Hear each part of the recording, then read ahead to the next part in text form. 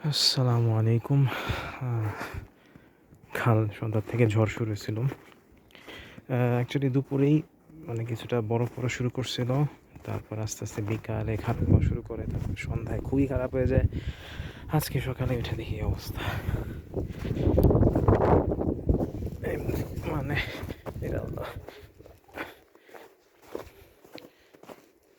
বরফ হঠাৎ করে মানে এতদিন গলতেছিল।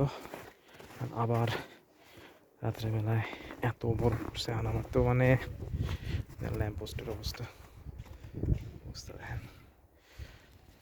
এনিওয়ে, বিল্ডিং এর অবস্থা।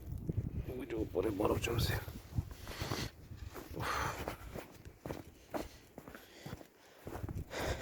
হাঁটার জন্য ছোট, ছোট এরকম রাস্তা বানানো হয়।